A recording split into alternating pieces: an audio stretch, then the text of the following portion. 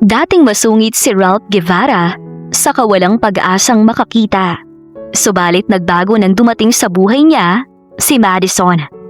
Inalagaan siya, tiniis ang kalupitan hanggang sa nauwi sa pag-iibigan ng dalawa at tuluyang nakarecover sa pagkabulag si Ralph.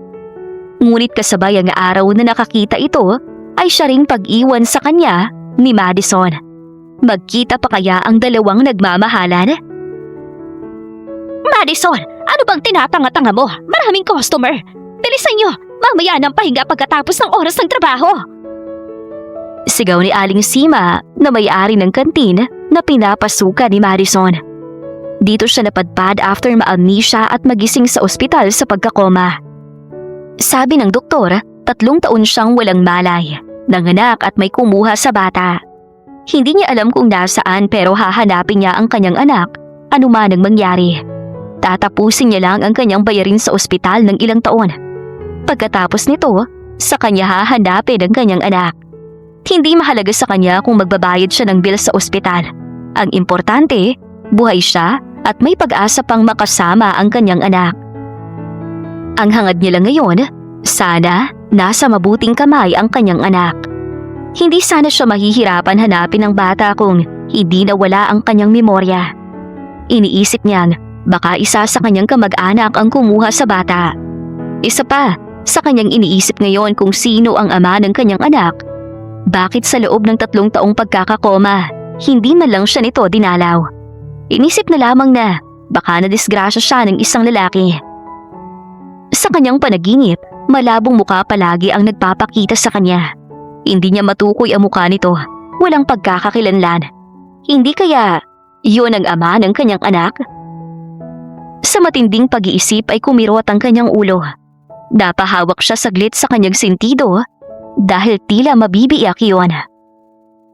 Sa tuwing iisipin niya ang mga nakaraan, para bang mabibiyak ang ulo niya sa sakit, kaya kapag ganun ay kinakalma niya ang kanyang sarili.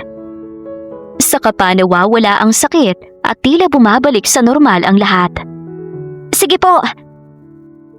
Tugon niya na lamang kay Aling Sima. Mabilis na sumunod si Madison at inatima ang maraming customer kahit na pagod na at gusto nang magpahinga. Pero tama naman si Aling Sima, mamaya ang pahinga kapag tapos na ang oras ng kanyang trabaho. Madalas sa sobrang pagod ay hindi na siya makapagbihis. Diretso tulog na kaagad dahil sa ngalay na katawan pag uwi. Animo silang mga sirang trumpo, 3 serbedora sa loob ng kantin. Nagtsatsaga siya dahil malaki pa ang kanyang bayarin sa ospital. Grabe, ang daming customer ngayong araw. Ang sakit ng katawan ko. Dan tayo sa kanto. Inom tayo ng tig-iisang beer pang tanggal pagod lang. Ayan ni Nessa sa kanila ni Olga. Ito ang kanyang mga kasama sa trabaho. Kakampi sa lahat ng bagay, kaibigan, kabiruan at kasama sa apartment na tinitirhan. Kayo na lang, wala pa akong budget. Alam niyo naman malaki-laki pang babayaran ko sa ospital. Wika niya sa dalawa. Ang boring naman kung kami lang. What if mayaman ka pala talaga, Madison, sa totoong ikaw, no? Tapos sa loob ng halos 2 taon, nagbayad ka sa bili mo. Saad ni Nessa. Sira, wala nang dumalo sa kanya sa ospital nung nasa coma siya eh. Kinalimutan na nga siya ng kanyang pamilya. Nag-iisip ka ba, Nessa? Singit naman ni Olga. Napaisip naman ito. Sa bagay, tama ka. Ganito na lang, iuntog kaya natin si Madison para maalala niya ang kanyang past. Biro ni Nessa. Pinandilata naman ito ni Olga. Kung ikaw kaya ang iuntog ko, gusto ko na magpahinga. Kung gusto mong uminom, bumili ka na lang sa kanto at uwi sa bahay mo, okay? Halika na nga, Madison. Pahilas siyang hinawakan ito sa kamay at malalaki ang hakbang na lumayo kay Nessa. Uy, sandali lang! Para nagbibiro lang naman, oy! Habol sa kanila ni Nessa. Siya naman ay natatawang lihim na lang siya sa 2 aso't pusa. Pasado 7:00 ng umaga, pumarada ang magarang kotse sa tapat ng mansyon ng mga Guevara. Madaling bumaba ang driver na si Arman at pinagbuksan ng among si Ralph Guevara. Panganay sa 2 magkapatid na Guevara.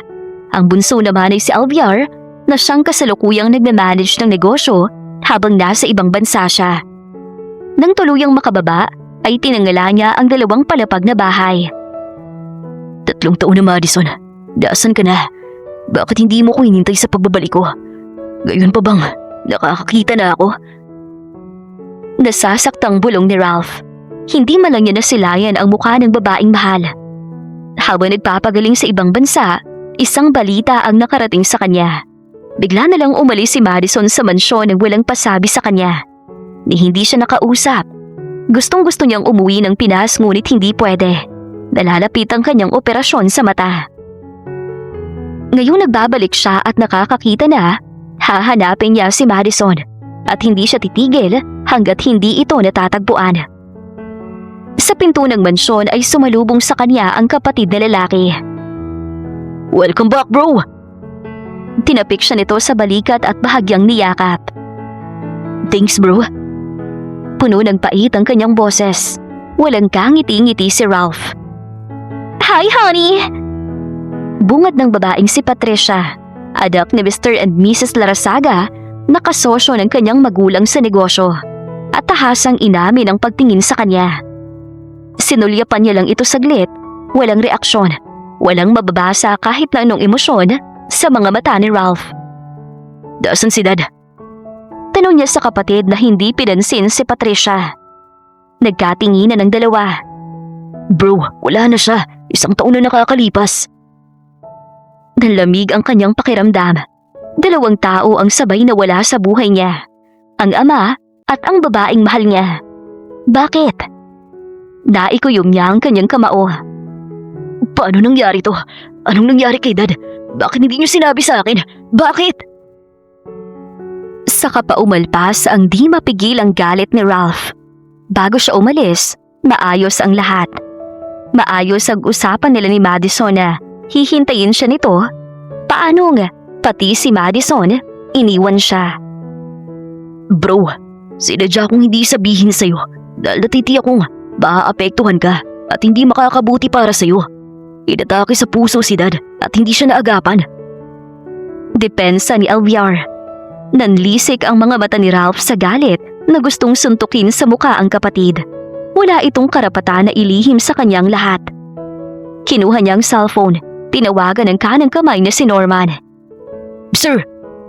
Nagulat ito sa boses niya. Magkita tayo. Pagkasabi noon ay iniwan niya si Alviar at Patricia.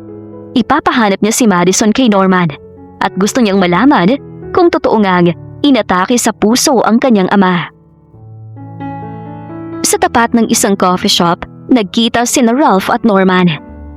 Sir, kayo ba talaga yan? Success ang operasyon ninyo? Nakakakita na po kayo? Nagagalak nitong tanong sa kanya. Tumango siya bilang tugon bago seryosong tumingin sa lalaki. Sa loob ng 3 taon, wala itong nireport sa kanya sa mga pangyayari sa opisina. Dahil sa totoo lang, wala siyang tiwala kay Alviar. Dahil doon pa man, hindi na sila magkasundo sa lahat ng bagay. Hindi niya makakalimutang pinagbantaan nito ang buhay niya nang malamang sa kanya nais ipamana ng ama ang kanilang kumpanya. Bago siya na-aksidente at nabulag noon, nalulong sa sugal si Alviar at ilang beses itong pinalaya sa mansyon ng kanilang ama. At dahil sa pangungunsumi ng kanilang ina, ay nag-breakdown ito na ikinasawi nito. Sa kabila noon, hindi pa rin nagbago si Alviar kahit na nawala na ang kanilang mahal na ina, kaya ipinatapon ito ng dad niya sa hasyenda, ngunit naging sakit ito ng ulo sa kanyang abuelo, kaya napilitang ibalik ng ama si Alviar sa kanila at hinayaan sa kung anong gustong gawin sa buhay nito. Nabalitaan na lamang nilang nalulong ito sa droga. Nakulong at nang mapiyansahan ng ama ay nagdroga na uli. Wala itong pagbabago. Kaya nga magpahanggang ngayon, wala siyang tiwala sa kapatid. Mas nanaisin pa niyang magtiwala sa ibang tao dahil minsan mas okay pa sila kaysa sa sariling kadugo. Bay, iuutos ako sa iyo, Norman. Gusto kong hanapin mo si Madison. May pakiusap ang tono niya. Alam ni Ralph na nakita na nito ang dating tagapag-alaga. Si Madison, sir? Halatang nagulat ito sa sinabi niya. Yung dati mong personal maid? Tanong pang muli. Hindi siya basta maid lang, Norman. I love her. Nagako kami sa isa't isa na hihintayin niya ang pagbabalik ko. Natigilan si Norman. Wala itong alam sa relasyon ng dalawa. Kasabay ang pag-alis ni Ralph upang magpa-opera ng mata sa ibang bansa, ay napabalitang nawala sa mansyon ng dalaga. Bigla itong naglaho na parang bula. Sige sir. Tumango si Norman. At alamin mo, kung totoong inatake si Dad sa puso niya, naging dahilan ng pagkamatay niya. Muli ay mando niya kay Norman. Pagkatapos noon ay naghiwalay na silang dalawa. Habang nagmamaneho pa uwi, hindi niya maintindihan ang bigat ng kanyang dibdib.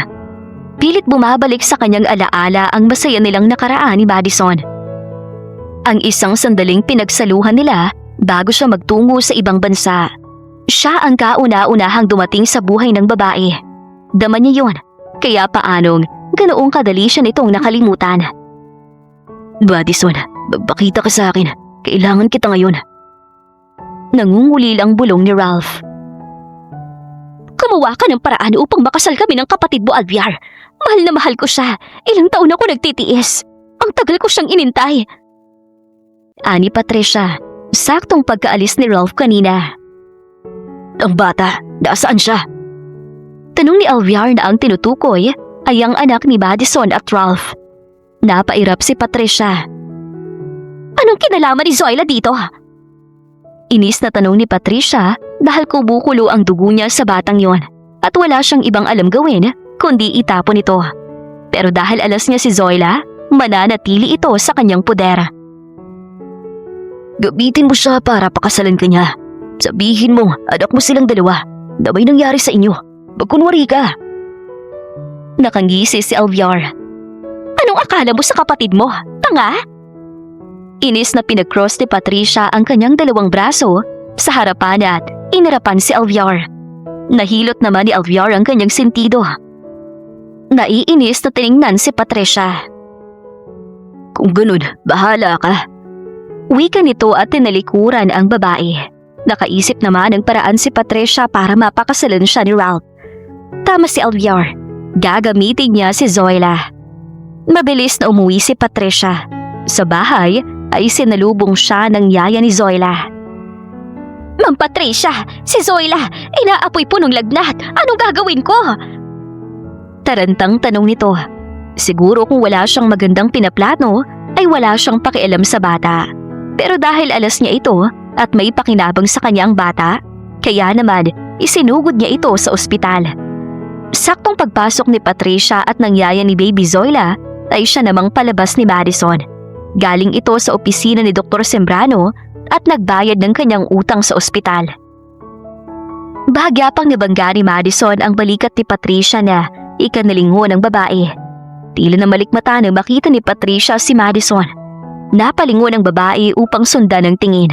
Nakatalikod na ito ngayon. Imposibleng si Madison yon dahil matagal niya nang ipinapatay ang babae. Alam niyang hindi ito makakaligtas nang ipatapon niya ito sa bangin. Nakibit balikat na lang si Patricia sa katumuloy na sa loob ng ospital. Agad namang inatiman ng doktor si Zoila at natural na lagnat lang naman pala. Pinainom lang ito ng gamot at na-discharge naman sa araw na iyon. Paglabas ng ospital, kinuha ni Patricia ang bata sa yaya. Ako na bahala sa bata. Ito nang huling araw mo sa trabaho. You're fired! Galit-galit ang saad ni Patricia rito.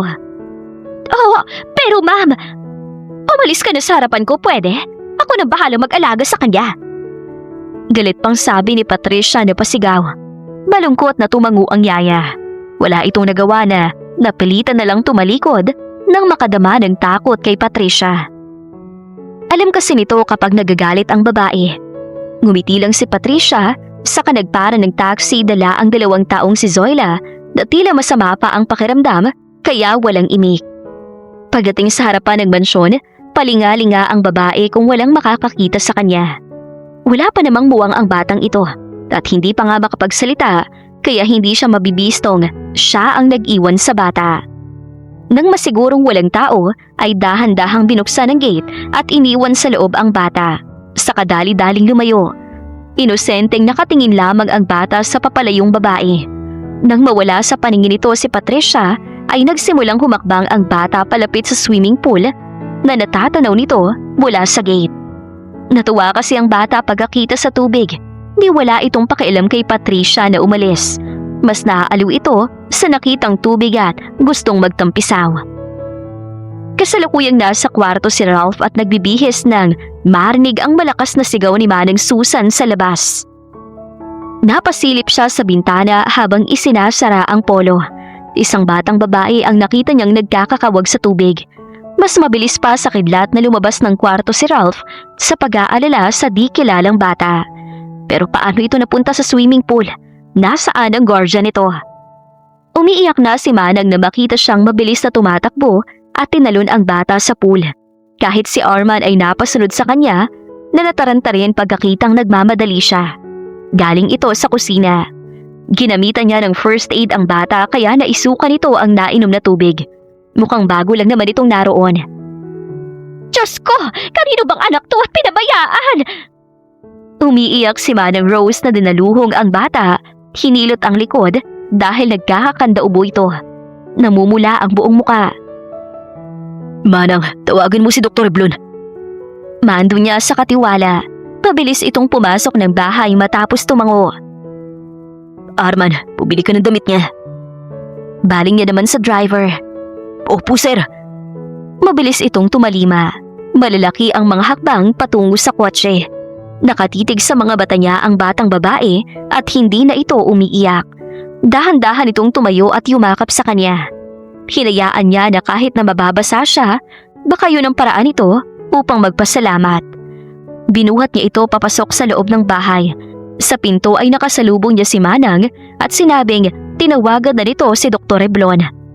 Tumango siya at inabot kay Manang ang bata at inutusan itong balutin na muna ng malinis na towel hanggat wala pa si Arman.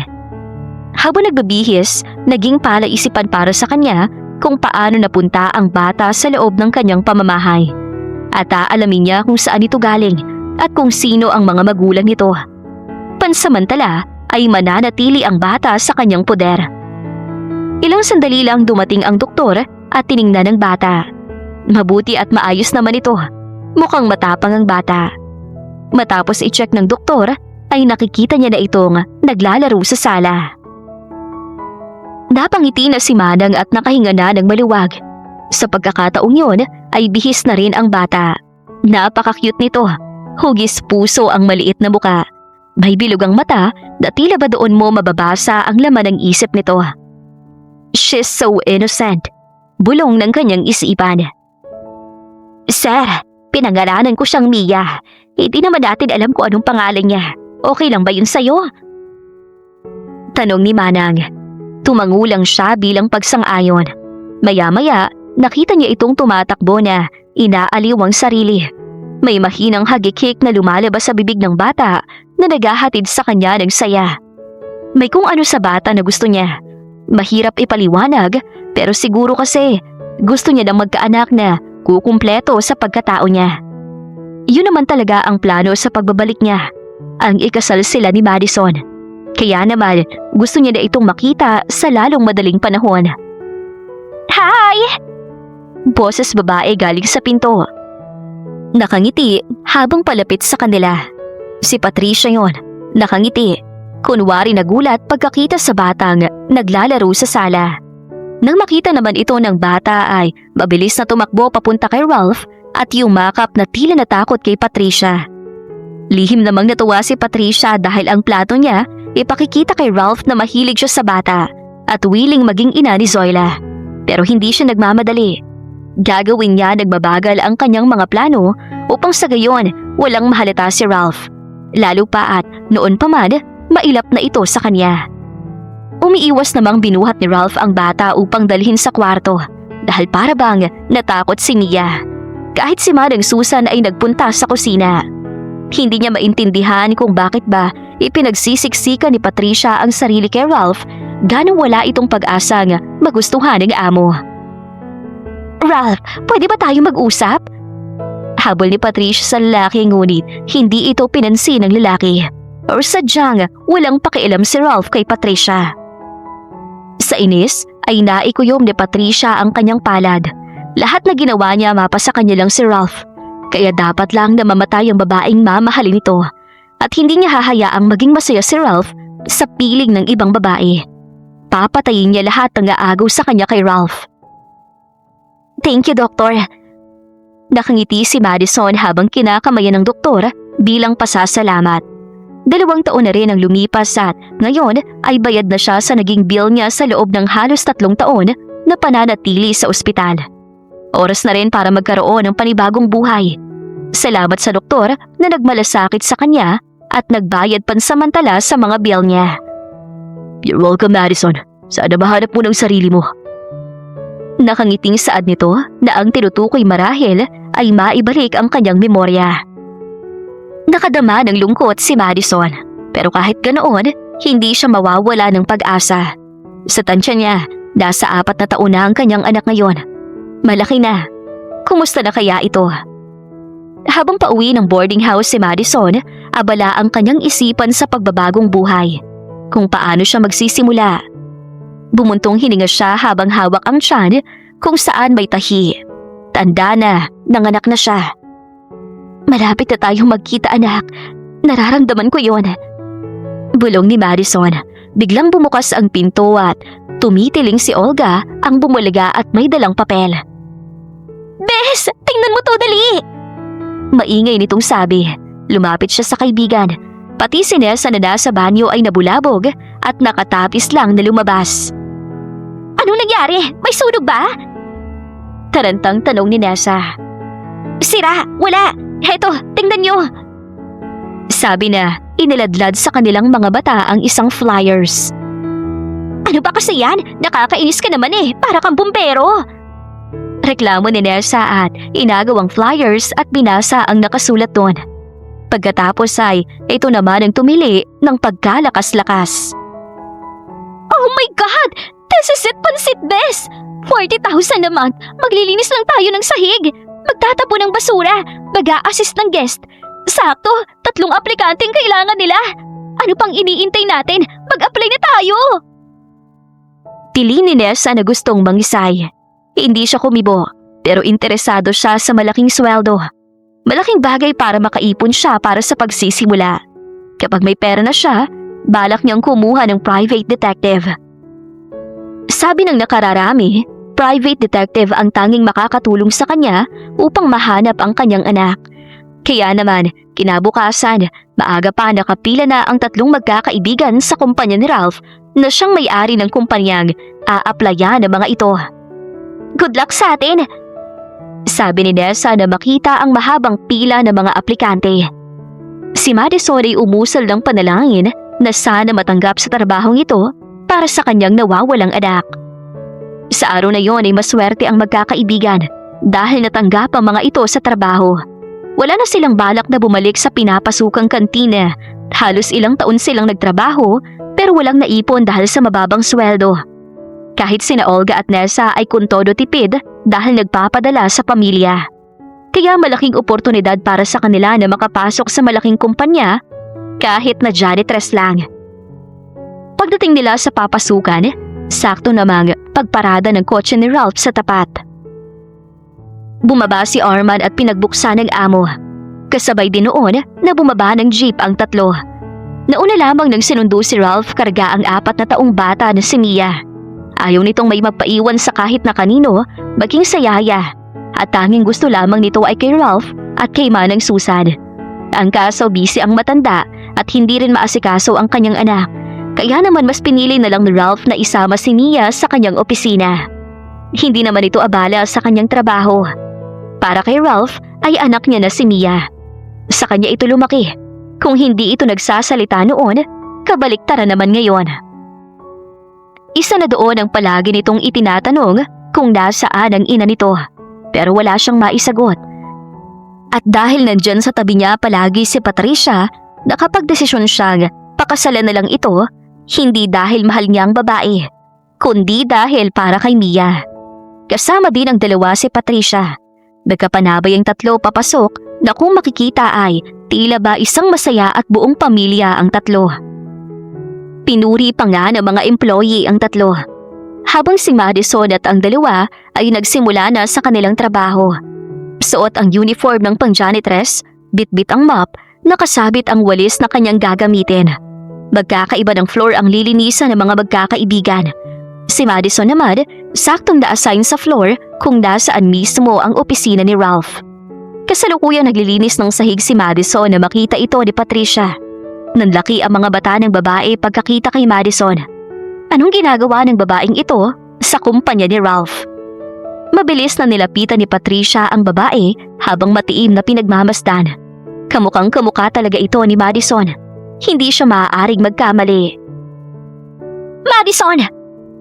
Tawag niyang galit sa babae. Agad namang napalingon si Madison sa gawi ng tumawag sa kanya. Isang magandang babae, halatang mayaman sa magarang kasuotan. Ma'am, kilala niyo ho ako? Galak na tanong ni Madison na tumaasang isa ito sa makakapagturo kung sino nga ba siya at kung ano ang kanyang tunay na pagkatao. Natigilan si Patricia nang masigurong ito nga si Madison. Pero bakit? Mukhang hindi siya nito natatandaan. Ni hindi nga siya kilala. Of course, kilala kita dahil nagtatrabaho ka sa kumpanya ko. Pagalit na sabi ni Patricia. Tumango si Madison. Pagbubutihin ko ang trabaho ko, ma'am. Huwag po kayong mag-alala. Bigo si Madison na tumango at bumalik sa trabaho nito. Buong akala niya, kilala siya ng babae bilang siya. Si Patricia naman ay mabilis na tumalikod at tinawagan si Alviar upang kausapin tungkol kay Madison. Buhay ang babae. Nagkita ang dalawa, di kalayuan sa opisina. Bakit ba? Istorbo ka talaga. Inis na saad ni Alviar dahil kasama nito ang nobya nang tumawag si Patricia. Ano nangyari sa inutusan mo? Bakit buhay si Madison? Inis na tanong ni Patricia sa lalaki. Ano? Sigurado ka bang si Madison na nakita mo? Kahit si Alviar ay biglang nag-alala.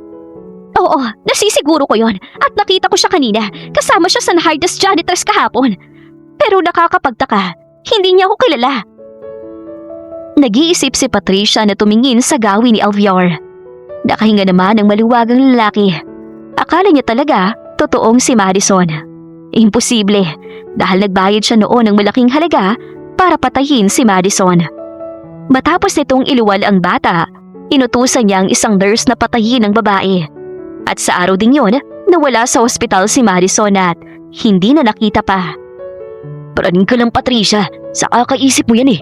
Alam mo, mag-focus ka na lang kay Ralph para matuloy ang kasal niyo, okay? Diyak ka na nga, marami pa akong gagawin. Saka ito tinalikuran ni Alviar. Inis namang nagmarcha si Patricia pabalik sa opisina. Tama si Alviar, kailangan makasal na sila ni Ralph sa lalong madaling panahon. Sir, pasensya na talaga. Hanggang ngayon hindi ko pa alam kung nasaan si Madison. Ani Norman na nakipagkita ito kay Ralph isang hapon. Nasa labas lamang sila ng opisina. Napabuntong hininga naman si Ralph. Buhay siya, Norman. Nararamdaman ko yun. Malungkot na saad ni Ralph. Pero 4 na taon na nakakalipas. Baka may pambili na siya sa malayong lugar. Saka sir, ikakasal ka na rin kay Patricia. Hindi ko siya mahal. Ginagawa ko to para kay Mia. Agap na tugon ni Ralph. Sir, napansin niyo ba na hawig si Mia kay Madison? Buong kuryosidad na sabi ni Norman nang may maalala. Walang kahit na anumang larawan ni Madison si Ralph dahil hindi niya naman ito makikita. Pero sa pagbabalik niya, kahit isang gamit ni Madison sa kwarto nito ay wala na. Tanging boses ng kasintahan at ang natural nitong amoy ang palatandaan niya kay Madison. Ang hugis ng pisngi na palaging dinadama ng palad niya sa tuwing magkasama sila noon. Kung mahahawakan niya ang pisngi nito, makikilala niya ang babae. Tangi sa pamamagitan lang noon. Paano ko siya makikilala kung ni minsan hindi ko nakita si Madison? Kaya nga ikaw ang naatasang hanapin siya dahil kilala mo siya, dahil nakita mo na siya. Nalungkot na tumango si Norman. Hindi po ako titigil, sir, sa paghanap. Baka kulang ang 2 taon. Sisikapin ko pong makita si Madison. Ipinapangako ko po. Sabi naman ni Norman. Salamat, Norman. Ikaw lang ang maaasahan ko sa bagay na ito. Sa pagkakataong yun, saktong palabas ng kumpanya sina Nessa, Olga at Madison dahil tapos na ang trabaho ng mahagip ng paningin ni Norman ng babae. Madison? Bulong nito. Napakunot noon naman si Ralph at sinunda ng tinginang tinatanaw ni Norman na 3 babae yon patawid ng kalsada. Sir, nakita ko na si Madison. Mabilis nitong hinabol ang tatlong babae. Si Ralph ay nabaling ang atensyon sa tumunog na cellphone. Tumatawag si Patricia. Han, nasan ka na ba? Umiiyak na si Mia. Malambing ang boses ni Patricia sa kabilang linya. Okay, pupunta na ako dyan sa office. Wika niya at pinatay ang linya. Tatawagan na lang si Norman upang alamin ang tungkol sa nakita nitong si Madison. Sa mga sandaling yon, tuluyan ang nakatawid ang tatlong magkakaibigan at nagpara ng jeep na masasakyan. Mabilis ang paghabol ni Norman kay Madison. Madison! Hingal pang tawag nito, pero tuluyan ang nakasakay ang tatlong magkakaibigan sa jeep. Napatigil naman saglit si Madison nang marinig ang pagtawag ng kanyang pangalan. Kaso napangaingin ang kanyang paligid. Hindi niya mawari kung totoo ngang narinig niyang may tumatawag sa kanya. Sakto namang umalis na ang kanilang sinasakyan. Marahas na lang na napapitik si Norman sa hangin habang sinusundan ng tingin ng jeep na sinasakyan ni Madison. Hindi siya maaaring magkamali. Si Madison na nakita niya. Kung galing ito sa loob ng kumpanya, ibig sabihin lang nito, dito nagtatrabaho sa loob si Madison. Pero bakit parang hindi alam ng babae na si Ralph ang amo nito? Imposibleng hindi pa nito nakikita ang amo. Mabilis niyang tinawagan si Ralph upang itanong kung may employee itong Madison ng pangalan. Subalit sa pagkakataong yun ay abala ang lalaki habang kinakausap si Mia. Kung bakit umiiyak ang bata dahil sinaktan ito ni Patricia kanina lang at tinakot na wag magsumbong. Kaya ang bata takot na takot sa babae at hindi magawang magsumbong kay Ralph. Isa yon sa mga rason kung bakit ayaw magpaiwan ni Mia kay Patricia, maging sayaya ng bata dahil sinasakta ni Patricia si Mia. Mia, stop crying. Nandito na si Daddy, okay? Pangaalo ni Ralph sa batang nakayakap sa kanya. Wala naman itong masabi kung bakit umiiyak. Humanda kang bata ka kapag ikinasal kami ni Ralph. Itatapon kita sa kagubatan. Bulong sa isip ni Patricia.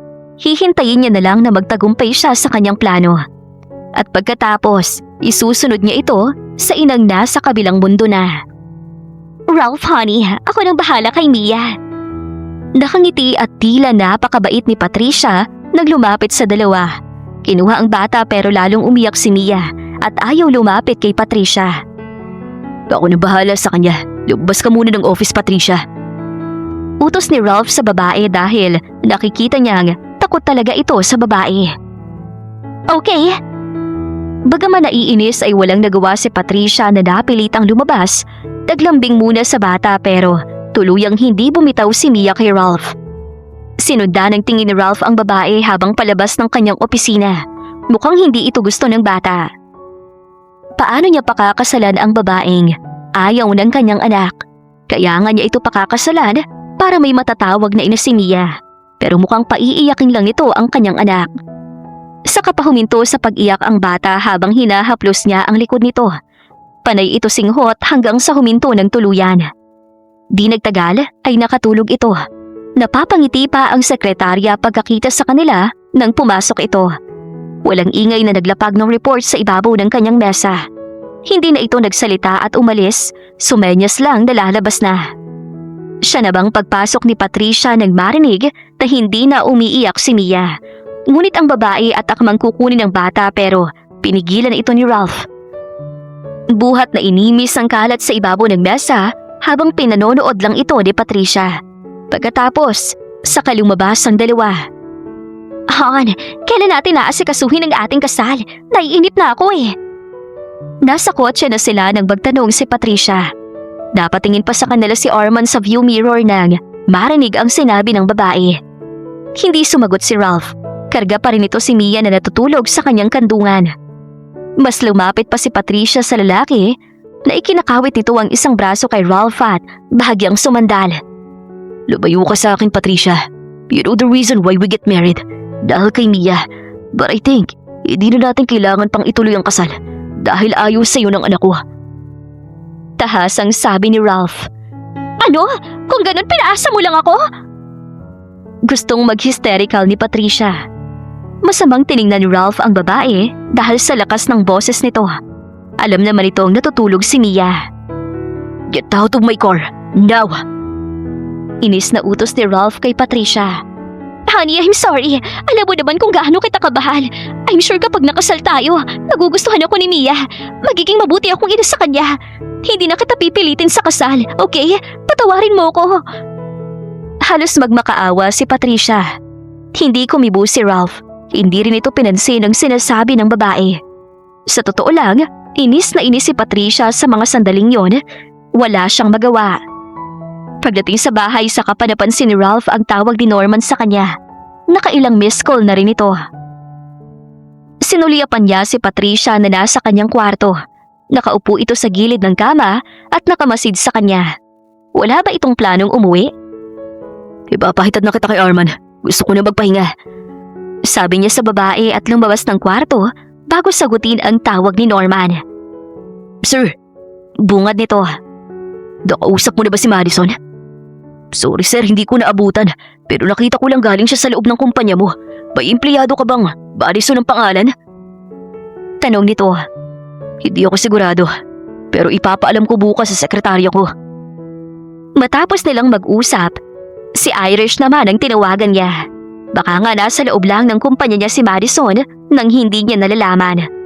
Pero kung nagtatrabaho sa kanya si Madison, anong rason at hindi ito nagpapakilala at nagpapakita sa kanya? At yun ang nais niyang alamin.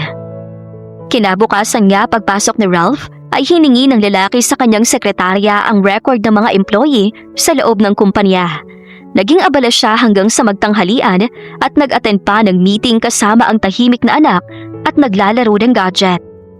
Hapon na nang makabalik si Irish, dala ang mga dokumento na hinahanap niya. Nagpatulong din siya kay Irish hanapin ang pangalang Madison Magsalay. Halos 2 oras ang itinagal sa dami ng employee. Sir, nakita ko na. Ngiti ni Irish sa kanya at inabot ang biodata ng babae. Nagtatrabaho nga ito bilang janitress sa kanyang kumpanya at wala pang 1 linggo. Tinitigan niya ang picture nito. Simple pero litaw ang ganda ng babae. May maliit at hugis pusong muka. May bilugang mga mata.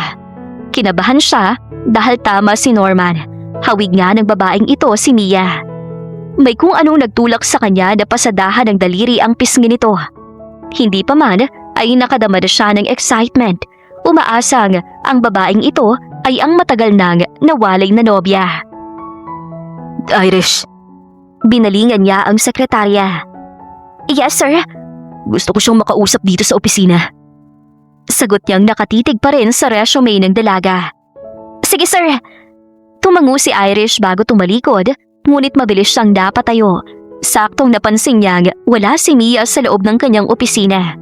Nawala ito sa pansin niya kanina dahil abala sa paghahanap ng pangalang Madison. Irish, napansin mo ba si Mia? Habol niyang tanong sa kanyang sekretarya. Napalingon ito sa kanya, saktong nasa pintuan na ito. Yes sir, kasama po siya ni Ma'am Patricia palabas. Sabi pa, napakunot ang noo ni Ralph. Saan dadalhin ni Patricia ang anak niya? Ayaw nga sa kanya ng bata. Malalaki ang hakbang na lumabas si Ralph habang tinatawagan ng security upang isearch ang buong building. Han, nawawala si Mia. Hawak ko lang kanina. Salubong sa kanya ni Patricia na humihingal. Bababakas din ang pag-aalala sa mukha nito. Halos manlamig si Ralph sa narinig na hindi pinansin ng babae at napatakbo upang hanapin kung nasaan si Mia. Paano kung makulong sa elevator? Mahulog sa building? Ang daming pumasok sa kanyang isipan na maaaring mangyari sa bata. Kaya ganoon na lang ang kanyang pag-aalala. Napangiti naman si Patricia na sinusundan ng tingin si Ralph. Pinatulog niya lang naman ang bata at ikinulong sa utility room. Magigising itong wala ng tao sa buong building. At dahil mautak siya, pinatay niya na ang CCTV camera ng kanyang dadaanan. Kaya walang makakakita sa kanya. Mia! Mia!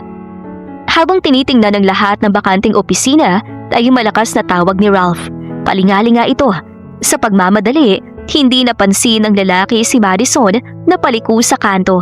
Kaya nagkabanggaan ng dalawa.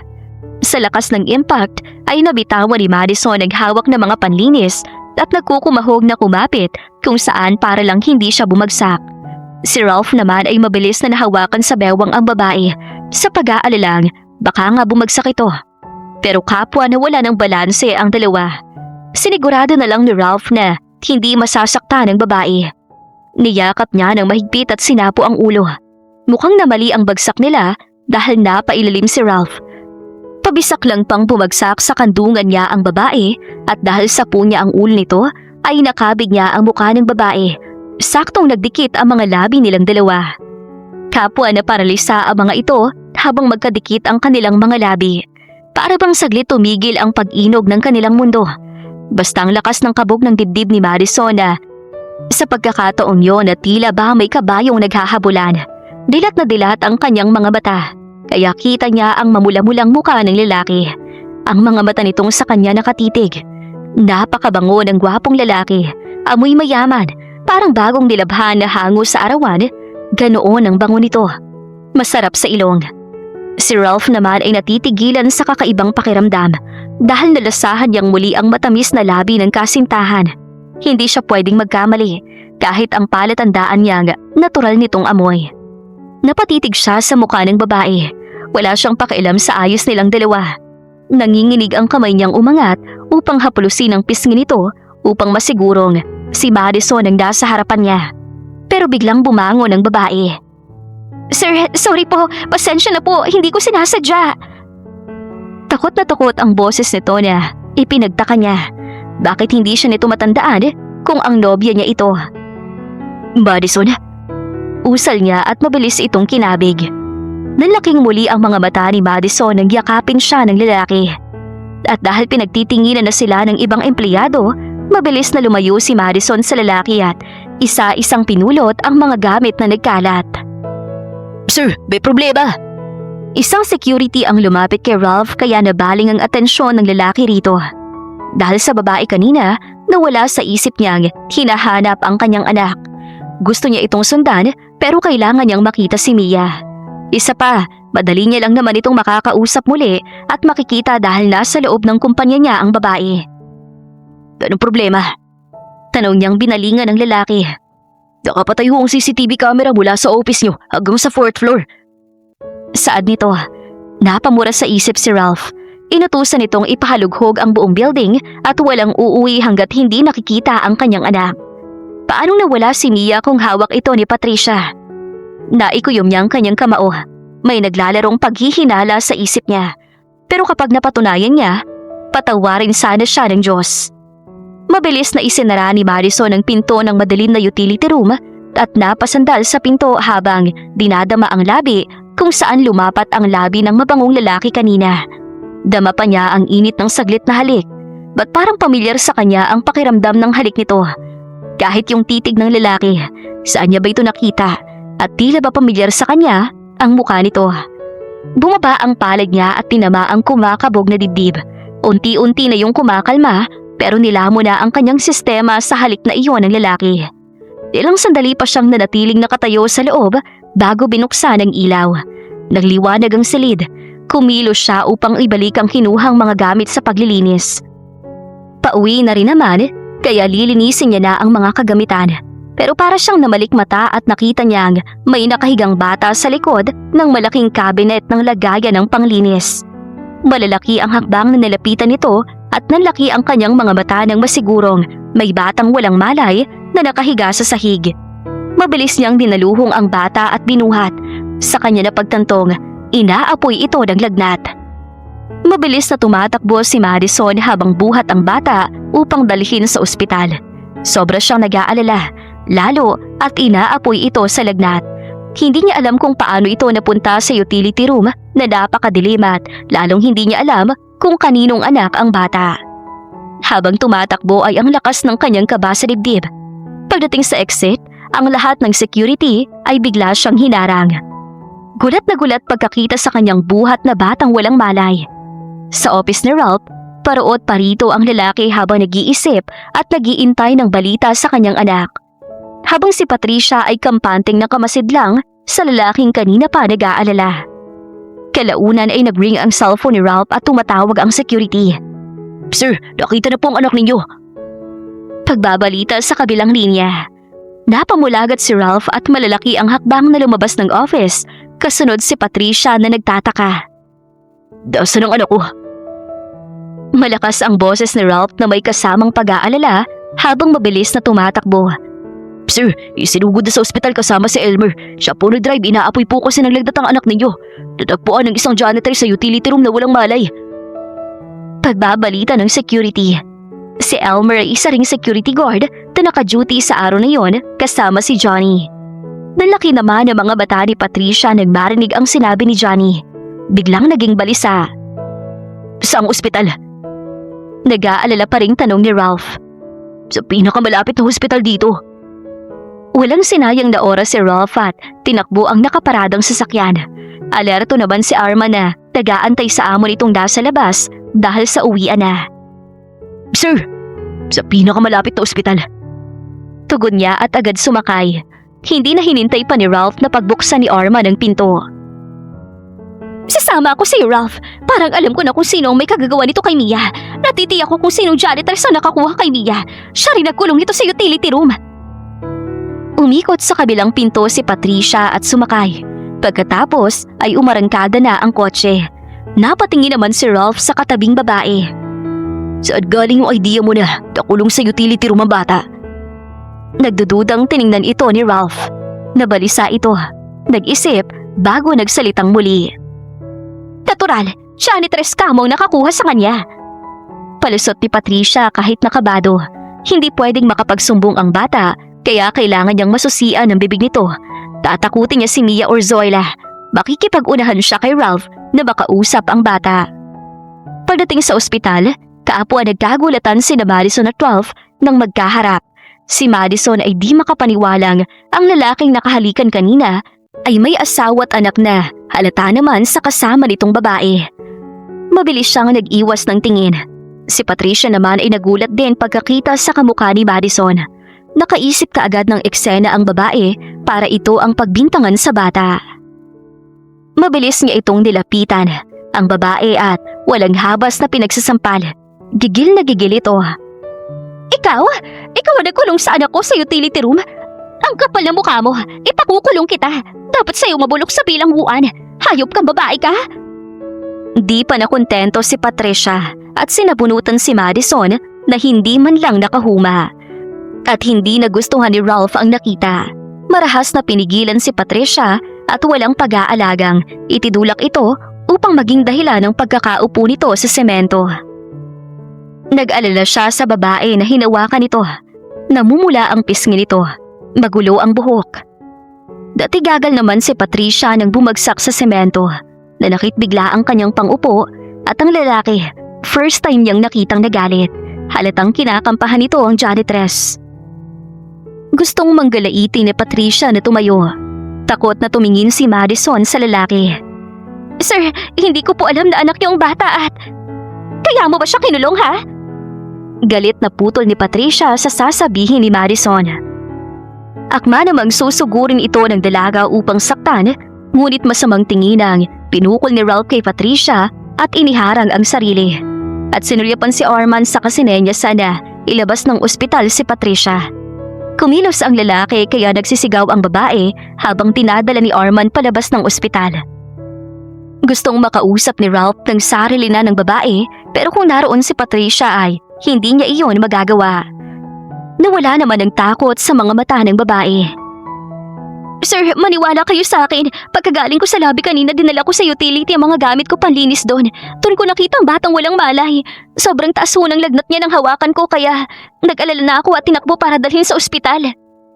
Kahit tanggalin niyo ho ako, sir, wala akong kasalanan. Kahit tingnan niyo pa rin po ang CCTV footage. Takwat na sabi ni Madison. Titig na titig si Ralph sa bawat pagbuka ng mga labi ng babae. Nararamdaman niya ang sinseridad ng mga sinasabi nito. Bukod dito, ang pamilyar na boses ng babae. Anong pangalan mo? Tanong ni Ralph sa babae. Magsasalita na sana si Madison nang lumabas ang doktor mula sa pinto ng kwarto kung saan inaatima si Mia. Kayo ba ang parents ng bata? Tanong agad ng doktor kay Ralph na sinulyapan si Madison. Yes, Doc. Kumusta siya? Kumusta ang anak ko? Nag-aalalang tanong ni Ralph. Okay na siya. Hindi lang nakayanan ng dosage ng sleeping pills na nainom ng bata. Kailangan siyang maobserbahan 8 hours hanggang sa magising siya. Paliwanag ng doktor, kaya gano'n na lang ang pangingilalas ni Ralph at paanong nakainom ng pampatulog ang anak niya. Naikuyom niya ang kamao. Naging careless siya sa pag-aalaga sa anak. Napatingin ito sa gawin ni Madison at gusto niyang magpasalamat sa babae dahil naagapan at natagpuan nito ang bata. Dahil kung hindi, pwede itong abuti na magdamag sa utility room. Iisa ang pinaghihinalaan niya ngayon. Si Patricia lang ang huli nitong nakasama, kaya hindi na ito makakalapit pa sa kanyang anak habang iniimbestigahan pa ang nangyaring ito. Thank you, Doctor. Nangihina niyang saad. Tumango ang doktor matapos sabihin na pwede na silang pumasok sa loob para makita ang bata. Napagkamalan pa silang magulang ng bata. Muli siyang nagpasalamat bago tinungo ang silid. Kasunod niya ang dalaga. Matagal na tinitigan ni Ralph ang anak na nakahiga. Salamat. Wika niya ng balingan ng babae sa kanyang tabi. Sir, naniniwala ba kayo sa akin na wala akong kasalanan? Hindi mapalagay ang loob ni Madison hanggat hindi naririnig mula sa lalaki kung galit ito sa kanya o hindi. Huwag ka mag-alala, magpapaimbestiga ako sa nangyari. Baka katulong ka sa akin para mahuli kung sino ang tunay na gumawa nito sa anak ko. Seryosong sabi ni Ralph na nalipitan ng bata at hinawakan ito sa kanyang kamay. Kahit papaano, nakahinga ng maluwag si Madison. Awang-awa din siya sa walang muwang na bata. Kahit na di niya kilala kanina ang bata, ay nakadama siya ng galit sa kung sino man ang gumawa nito. Simula nang magising si Mia sa ospital, ay hindi nito sinasagot ang tanong ni Ralph kung sino ang nagdala rito sa utility room. Umiiling lamang ito. Ang sabi ng doktor, may possibility na dahil sa trauma, kaya ayaw nito na magsabi. Samantalang si Patricia, naggagalaiti sa galit dahil sa pagkakamaling nagawa nito. Dapat pala, kinaibigan niya ang bata pero dahil anak ito ni Madison at Ralph, kumukulo ang dugo niya rito. Sa ginawa niya, mas lalo lamang siyang hindi pakakasalan ng lalaki ngayon ni ayaw nga siyang papasukin ng gwardya. Di pinagbabawal daw yun habang nagpapaimbestiga ang lalaki. Pero kampante siyang walang makikita ang mga itong ebidensya na siya ang nagkulong sa bata. Tinawagan niya si Ralph, ngunit ang nakakapagtaka, hindi niya ito matawagan. Kanselado lahat ng tawag niya. Buisit! Inis na gustong ibalibag ni Patricia ang kanyang cellphone. Kailangan makagawa siya ng paraan upang makapasok na muli sa buhay ng mga ito. Samantala sa araw na yon, ipinatawag ni Ralph si Madison upang papuntahin sa kanyang opisina. Bagaman nagtataka ang dalaga sa kung anong sadya sa kanya ng amo, ay madali itong nagtungo sa opisina ng lalaki. Napangiti pa ang babae na makita nito si Mia na nakaupo sa tabi ng ama habang naglalaro hawak ang cellphone. Bi anak, do you know her? Tanong ni Ralph sa anak na itinuro si Madison na nakatayo sa harapan ng kanyang mesa. Dito niya mapapatunayan kung si Madison nga ang may kagagawan sa nangyari sa kanyang anak. Napatingin naman si Mia sa babae, pero umiling itong bumaling sa ama. Kaya nakahinga ng maluwag si Madison. Ginitian pa ni Madison ang bata. Hi Mia! Binati niya ito, nilapitan at umupo pa siya sa tapat ng bata upang magpantay ang kanilang muka. Nung una, akala ni Madison ina nito ang babaeng nanampal at nanabunot sa kanya noon sa ospital. Pero hindi pala. Kaya medyo nalulungkot siyang isipin na biyudo na itong amo niya at wala ng ina si Mia. Aliw at matyagang kinausap ni Madison ang bata kahit na hindi sumasagot sa kanya at panay lang ang tango. Basta gusto niyang mapalapit kay Madison. Simula noon sa tuwing makakasalubong niya si Mia ay nginingitian ito ng may pagkakataong pangana. Kahit naglilinis siya ng lobby ay nakikita niya itong sinisilip siya ni Mia sa pinto. Katulad ng araw na yon, sakto at nakatuwaan niyang bumili ng chocolate lollipop kahapon sa tindahan. At kung bakit si Mia ang laman ng isip niya. Habang nakasilip sa kanyang bata, kinawayan niya ito at may matamis na ngiti sa labi. Nakita niya itong alanganin ng humiti sa kanya. Kaya nilapitan niya ang bata at kinuha sa bulsa ang biniling lollipop at inabot sa bata.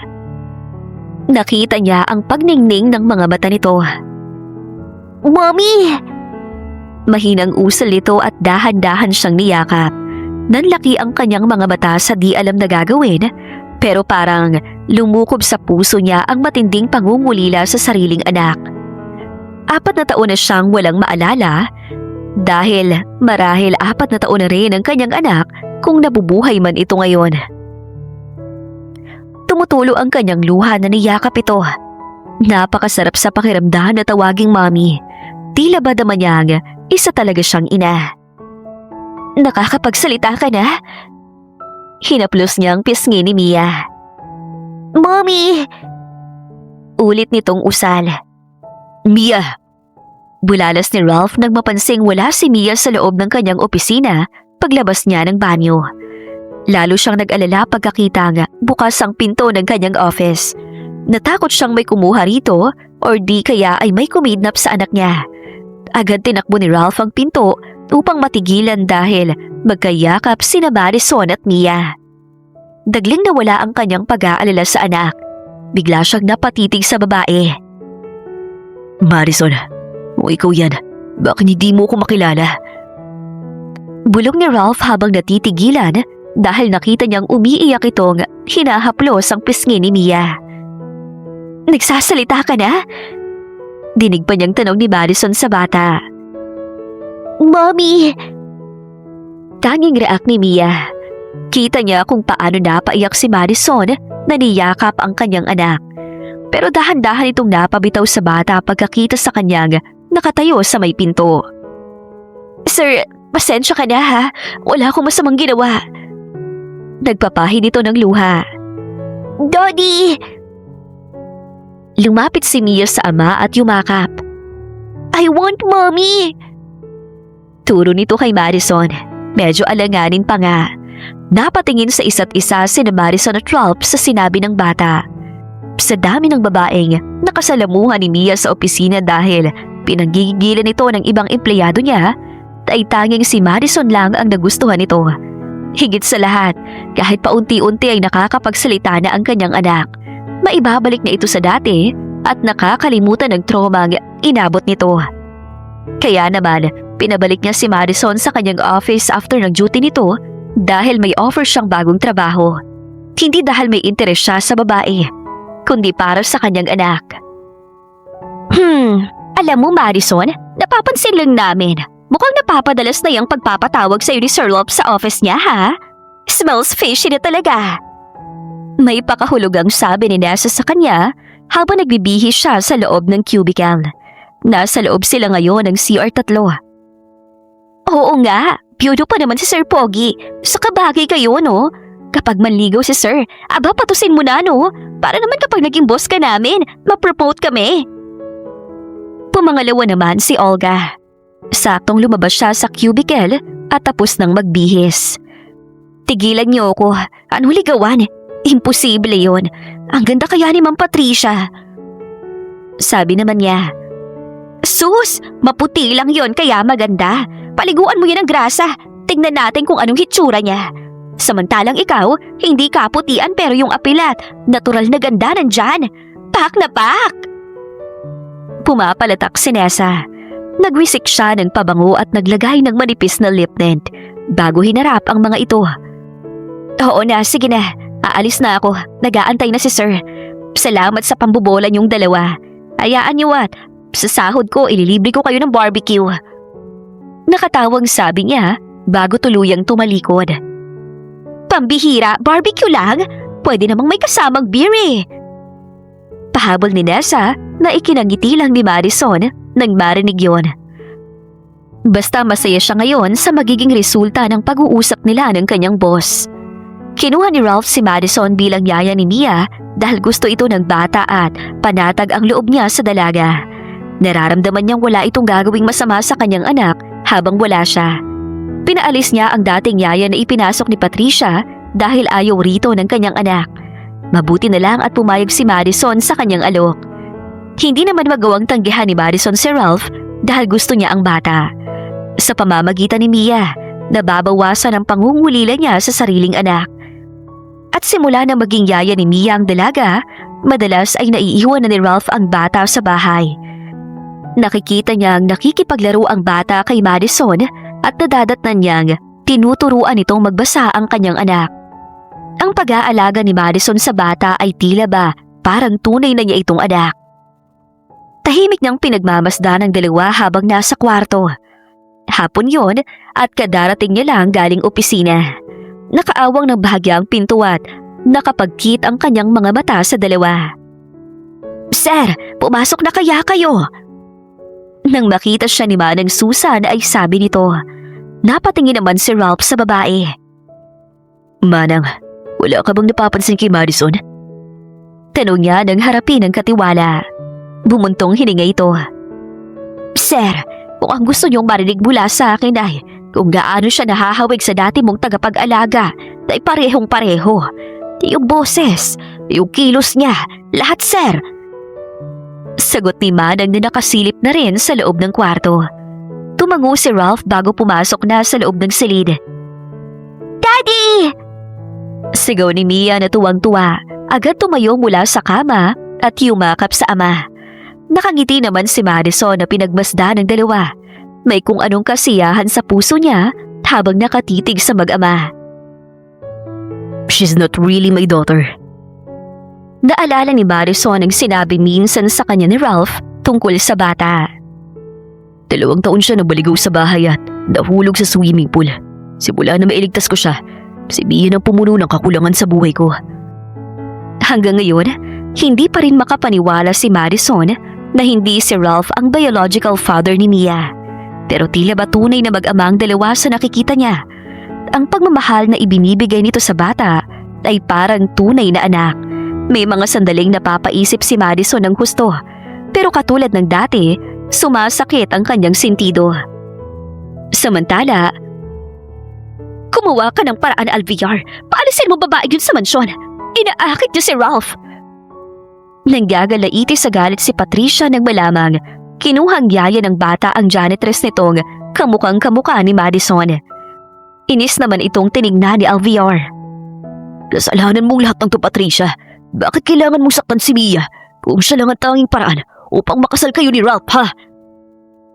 Galit ding sigaw ni Alviar. "Dahil naiinis ako sa batang yon. Kinukuha niyang atensyon ni Ralph. Ni ayaw humiwalay sa lalaki, kaya gusto ko siyang patayin." Buliyaw ni Patricia. "Pwes, hindi ko nakasalanan yun. Problema mo na yun, Patricia. Basta nagawa ko ng parte ko." Habang si Norman ay kumukuha ng magandang anggulo ng video sa dalawang nag-uusap, hirap na hirap itong magkubli sa likod ng halamanan para lang hindi makita ng dalawa.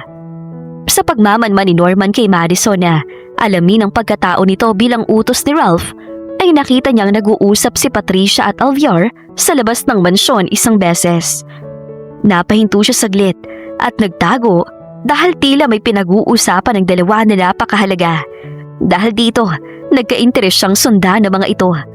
Sa pakiwari niya ay may itinatago ang kapatid ni Ralph. Nung una ay kutob pa lamang ang kanyang nararamdaman. Subalit sa ilang beses niyang sinusundan sina Alviar at Patricia, lalo na sa madalas na pagkikita ng dalawa katulad na lang ng araw na yon, ay kinuhanan niya na ng video upang malaman niya kung ano nga ba ang pinag-uusapan ng mga ito. "Ikaw lang ang maaasahan ko, Alviar. Patayin mo ang babaeng yun, katulad ng pagpatay mo sa ama mo." Mabilis na tinakpa ni Alviar ang bibig ni Patricia. "Pwede ba huwag ka maingay? Walang dapat makaalam sa ginawa ko kay Dad. Naiintindihan mo?"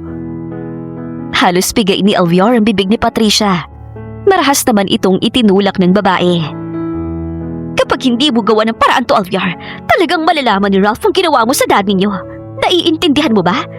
Kilala mo ko. Ginagawa ko ang lahat." May pananakot din ang boses ni Patricia bago tinalikuran si Alviar. Mabilis namang umalis si Norman sa pinagtataguan at nagkunwaring naligaw lang sa lugar na iyon. Napatingin pa sa kanya si Patricia nang mapadaan sa kanyang harapan. "Teka nga muna, kilala kita!" Sabi ni Patricia kay Norman nang makilala nito ang lalaki. Walang kibo si Norman na nagtuloy sa kanyang nakaparadang motor at pinakaripas ng takbo. Tahimik namang iniisip na Patricia kung saan niya nakita ang pamilyar na lalaki, ngunit hindi niya maalala kung saan ito nakita. Si Alvior ay sumakay sa kanyang kotse habang nagpaplano laban kay Madison. Nag-aalala siyang ibulgar ni Patricia ang kanyang sekreto. Oo, pinatay niya ang ama upang makuha ang kalahati ng yaman nito. At ngayon, tinatamasa niya na ang yamang ipinamana sa kanya ng matandang pumanaw. At hindi yun pwedeng malaman ni Ralph dahil hindi siya papayag na makulong. Si Patricia naman ay sumakay din sa kotse nito ng ilang sandali. Hindi niya maisip kung saan nakilala ang lalaki. Gabi, matapos patulugin ni Madison si Mia, dadatnan niya si Ralph na mag-isa sa kusina habang sumisimsim ng alak. Iinom sana siya ng tubig ng matigilan. Nakatalikod ang lalaki at tahimik itong tila nag-iisip. Hawak ang isang basong may lamang alak. Hindi niya alam kung tutuloy or babalik na lang sa kwarto. Ayaw niyang maistorbo ang lalaki, subalit malakas pala ang pakiramdam nito dahil napalingon sa kanyang gawi si Ralph na bahagyang natigilan. Magandang gabi sir, pasensya ka na, iinom lang po ako ng tubig. Kumilos siya upang tunguhin ang ref. Pero dahil lango si Ralph at hindi kontrolado ang utak, ay nilapitan nito si Madison ng dahan-dahan at hinapit sa bewang. Madison, bumubulong ito. Halos mabitawan ng dalaga ang hawak na baso nang maramdamang naiapos siya ng kanyang amo. Napasingha pa siya ng iharap nito at siili ng halik sa labi. Naramdam niya ang pag-angat mula sa kanyang kinatatayuan nang buhatin ito at dalhin sa silid ng lalaki. Doon ay hinihiga ni Ralph ang babaeng hindi na nawala sa isip niya simula nang mahagkan nito. Ngayong gabi, aalamin niya kung iisa ang Madison na dating kasintahan at ang Madison na yaya ng kanyang anak. Habang inaangkin ni Ralph si Madison, iisa ang kanyang iniisip. Ang kasintahan, ang mga halik nito, ang init ng yakap na nagpapaalala sa kanya kay Madison. Alam niyang ito mismo ang kasama niya ngayong gabi, kaya naman hindi siya nag-alangang angkinin ito ng buong pagmamahal. Si Madison naman ay hindi maintindihan ang sarili kung bakit hindi niya kayang paglabanan ang nararamdaman. Nagpatangay siya sa di mapigilang damdamin. Tila ba idinuduyan siya sa kaligayahag habang yakap ng lalaking ito. Lalo na nang pag-isahin ito ang kanilang mga katawan. I love you, Madison. Bumubulong ang lalaki habang inaangkin siya at tila yun din ang kanyang nararamdaman para sa kaniig. Mahal niya ito at hindi niya alam kung paano nangyari. Saka lang siya nakadama ng matinding hiya matapos ang namagitan sa kanilang dalawa ni Ralph. Katahimikan ang namagitan sa kanila. Alam ni Madison na lasing lang ang amo. Baka makalimutan ito bukas ang nangyari. Nang akmang tatayo si Madison sa kama, mabilis itong niyakap ni Ralph. Nakapikit ang lalaki at mukhang antok na. Natigilan si Madison sa pagkakatitig kay Ralph. Halos hindi siya makahinga nang isiksik nito sa katawan ng lalaki. Wala siyang alam gawin kundi titigan ito hanggang sa nakatulog na lang siya sa tabi ni Ralph. Nararamdaman kong ikaw yun, Madison, at naalamin ko kung bakit hindi mo na ako maalala. Bulong ni Ralph nang makatulog na babae sa kanyang tabi. Idinilat niya ang mga bata at tinitigan ng matagal ang dalaga bago sinimulang damhin ng mga daliri ang perpektong hugis ng mukha nito. Katulad noon, kapag magkasama silang dalawa. Palatandaan niya yun sa nobya at habang ginagawa yun ay napapalunok siya. Madison, ikaw nga. Gusto niyang mapaluha matapos makilala ang nobya. Mahigpit niyang niyakap ang babae at hindi niya na ito hahayaan pang mawalay sa kanya. Pagising kinabukasan, napabalikwas ng bangon si Madison nang makitang sa kwarto siya ni Ralph inumaga. Pagbangon ay nagulat siya na makitang suot niya ang polo ni Ralph. Nag-init ang pisngi niya nang maalala ang nangyari kagabi. Nababaliw na siya. Hinagilat niya ang sariling damit pero hindi niya makita hanggang sa marinig niya ang tikhim ni Ralph na ikinatayo niya ng diretsyo. Sir? Nanlaki ang kanyang mga bata at hindi makagalaw sa kinaroroonan dahil nahihiya siya sa lalaki. Nilapitan siya ni Ralph at niyakap kaya lalo siyang nanigas. Simula ngayon, Ralph or di kaya babe ang itatawag mo sa akin. Hindi na sir, nagkakaintindihan ba tayo? Masungit na sabi ng lalaki. Babe? Gusto niyang mahirinan. May nabagitan na sa atin kagabi at kailangan panagutan kita. Aasikasuhin ko ng kasal natin sa lalong madaling panahon. Hinawakan siya nito sa kamay at kinabig. Ang bilis ng pangyayari sa kanilang dalawa ni Ralph. Kasal agad. Pero mapipigilan niya bang lalaki? Hindi nga siya makasagot na para bang umuurong ang kanyang dila. At para makaiwas sa lalaki, ay mabilis siyang kumaripas ng takbo palabas ng silid nito. Napangiti lang si Ralph bago nag-prepare upang pumasok. Basta, masaya siya sa mga sandaling yon. Paglabas nito sa kwarto, tumuloy muna siya sa silid ng anak. Masarap pa ang tulog nito. Bye, my princess. Hinagkan niya ito bago lumabas ng silid. Saktong palabas din ng silid si Madison. Bagong ligo at bihis na rin. Marahil ay pupuntahan nito si Mia sa silid. Pagkakita sa kanya ay natigilan ito. Si Ralph naman ay may mga ngiting nilapitan ng babae. Hinagkan sa pisngi. That's breakfast. Wika ng lalaki. Hawak ang kamay ng babae na iginiya ito pababa. Ralph, makikita tayo ni Manang Susan. Nahihiyang itinulak ni Madison ang lalaki. Ano? Sasabihin ko sa kanya na mahal kita. Mahal agad? Madison, alam kong ikaw yan. I don't know the reason kung bakit hindi mo ko matandaan. Pero nararamdaman kong ikaw yan. Bariing saad ni Ralph. Napatitig si Madison kay Ralph dahil sa madamdamin nitong boses.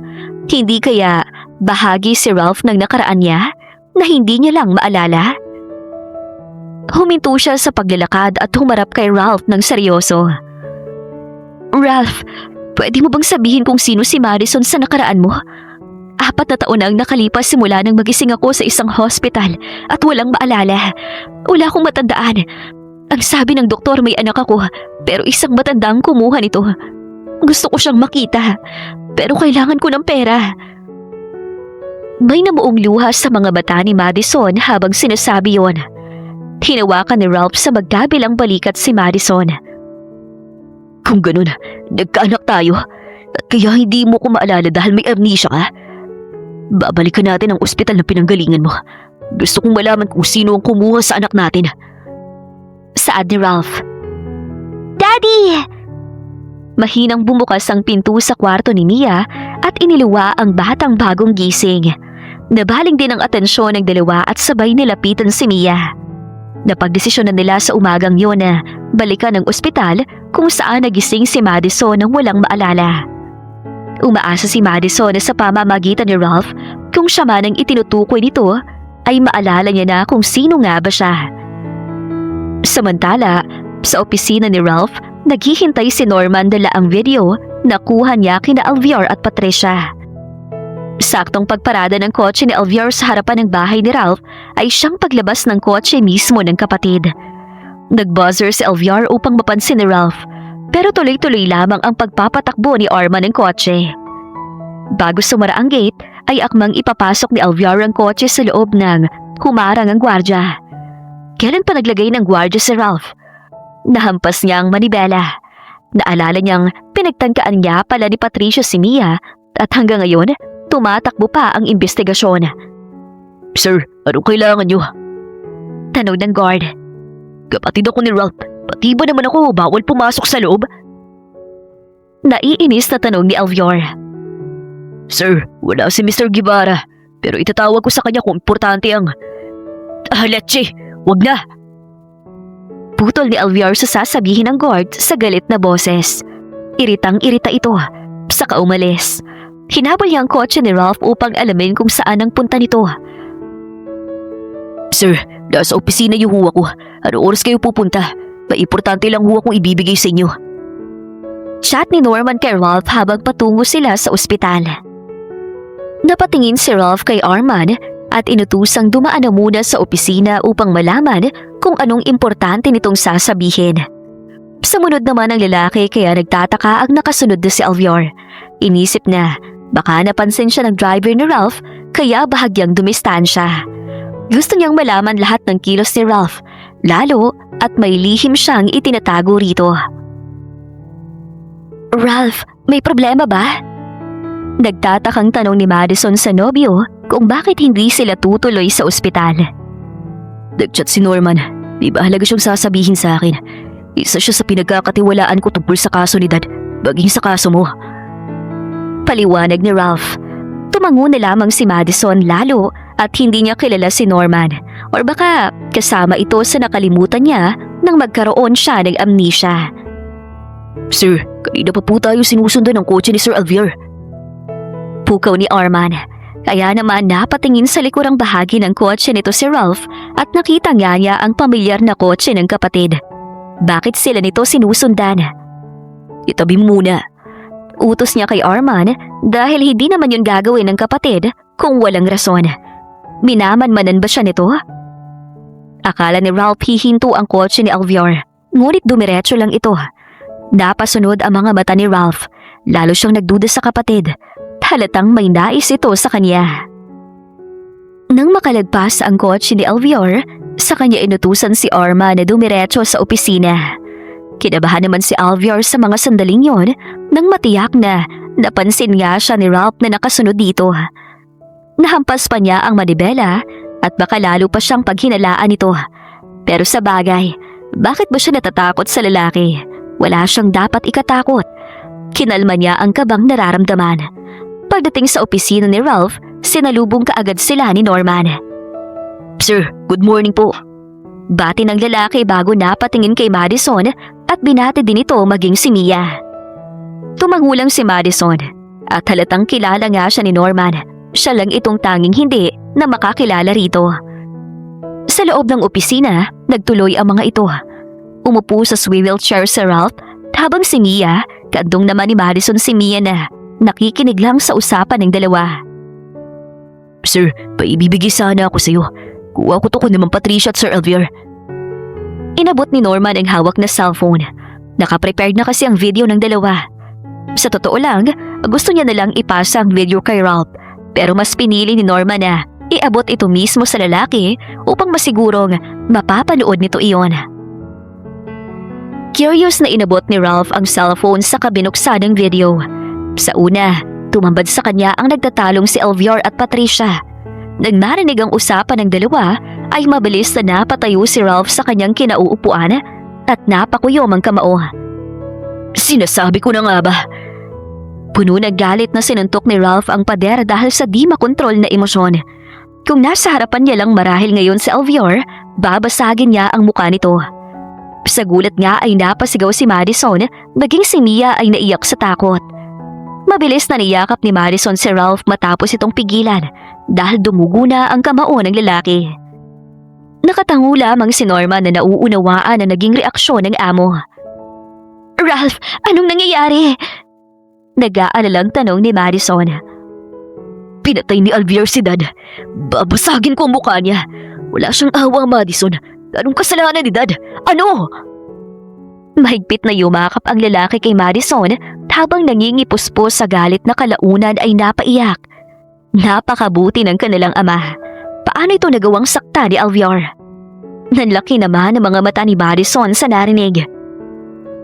Sir, tatawag na ba ako ng pulis upang madakip ang dalawa? Hinintay na muna ni Norman na kumalma si Ralph bago nagtanong. Yakap pa rin ito ni Madison. Oo, Norman. Ipakukulong ko siya. Hayop siya. Sarili naming ama. Papupuntahin ko si Alvier at Patricia dito sa opisina. Magtutuos kami. Saad nito nga, gigil na gigil. Ipinatawag nito si Arman upang ihatid si Mia at Madison sa bahay. Ayaw niyang masaksihan ni Mia ang gagawin niya kay Alvier oras na magkaharap sila. Baka di niya mapigilan ang sarili. Wala namang nagawa si Madison dahil kanina pa iyak nag-iyak si Mia sa nakikitang reaksyon ng ama. Habang nasa kotse, panay ang tanong nito kay Madison sa nangyayari. Pero tanging sinabi ng babae na okay lang ang daddy nito. Hindi siya makapaniwala na ganoon kasama ang kapatid ni Ralph na handang pumatay sa hindi niya alam na dahilan. Sa opisina, sabay dumating sina Patricia at Alvier na nagkagulatan. Natuwa sana si Patricia nang may tumawag sa kanya at mabusesan si Ralph at sabihing pumunta siya sa opisina. Pero ngayong nakita niya si Alvier at ang pamilyar na lalaki, ay bigla siyang kinutuban o hindi pa nagpahalata. Bro, ano to at hindi na naituloy ni Alviar ang sasabihin ng mabilis itong sunggaban ng suntok ni Ralph. Galit na galit ang lalaki at 2 suntok agad ang tumama sa mukha nito. Nabalagra kaagad si Alviar sa semento, habang napasigaw naman sa gulat si Patricia at agad inawat si Ralph.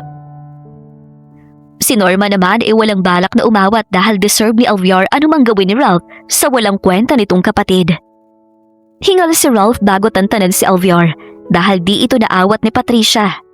Mabuti nga at dumating ang 2 pulis na agad pinusasan sina Alviar at Patricia. Naipadala na pala ni Norman sa mga pulis ang video kanina. Kaya naman sa kulungan ang bagsak ng 2 upang imbestigahan sa mga nangyari. Sumunod si Ralph sa presinto upang imbestigahan sina Alviar at Patricia. Halos kasabayan niyang dumating ang ama ni Patricia na si Mr. Griego. Galit na galit ito sa kanya na ipinakulong niya si Patricia samantalang wala itong ginawang masama sa kanya maliban ang mahalin siya. Ni hindi ito naniniwala sa video. Nagpiyansa ito upang makalabas ang anak. Pero nakipagtalo siya kay Mr. Griego sa huli. Napalabas pa rin ito ang babae dahil hindi naman ito kasama sa kaso ng kanyang ama. Pero dinig sa video ang masama nitong plano laban kay Madison. Inabot sila ng gabi at hindi pumayag ang lalaki hanggat hindi nakakasama si Patricia pa uwi. Wala siyang nagawa, pero si Alviar, pagbabayaran nito ang kasalanan sa kanyang ama. Natanging rason lamang ni Alviar na siya lagi ang pinapabura ng ama na para bang hindi ito anak. Umamin itong lango sa droga ng patayin ng dad niya, kaya ganoon na lang ang matinding galit niya rito. Pero 2 pulis ang pumigil sa kanya kaya hindi niya ito muling nabugbog. Sisiguraduhin niyang mabubulok ito sa kulungan. Daddy, are you okay? Galit pa rin po ba kayo? Hinahaplos ni Mia ang pisngi ni Ralph. Nag-aalala sa kanyang anak. Nasa loob na siya ng kwarto habang iniisip ang mga nangyari kanina. Ang mga dalaman niya, hindi siya makarecover, sobrang nahihirapan siyang intindihin. Nasa pinto si Madison, nakatingin din sa kanya, katulad ni Mia. Hindi na ako galit, okay na si Daddy. Hinagkan niya ito sa pisngi. Lumapit si Madison at umupo sa gilid ng kama. Kinabig ni Ralph ang 2 at niyakap. Paraan niya ito upang gumaan ang kanyang pakiramdam. Pasensya ka na sa nangyari kanina. Di ko napigilan ang sarili ko. Hinging paumanhin ni Ralph kay Madison nang mapag-isa sila sa silid habang patulog na. Naiintindihan kita, Ralph. Salamat kasi nakaya mo pa rin kontrolin ang sarili mo, kundi kawawa si Mia. Ani Madison, masuyong kinabig ni Ralph ang nobya hanggang sa magdikit ang mga katawan nila. Hinaplos ni Ralph ang pisngi ni Madison. Madison, hanggang ngayon ba, di mo pa rin ako maalala? Pag-iiba ni Ralph ng topic dahil ayaw niyang pag-usapan si Alviar. Lalong kumukulo ang dugo niya. Malungkot na umiling si Madison. Kahit gawin ko to? Masuyo nitong hinaga ng babae sa labi.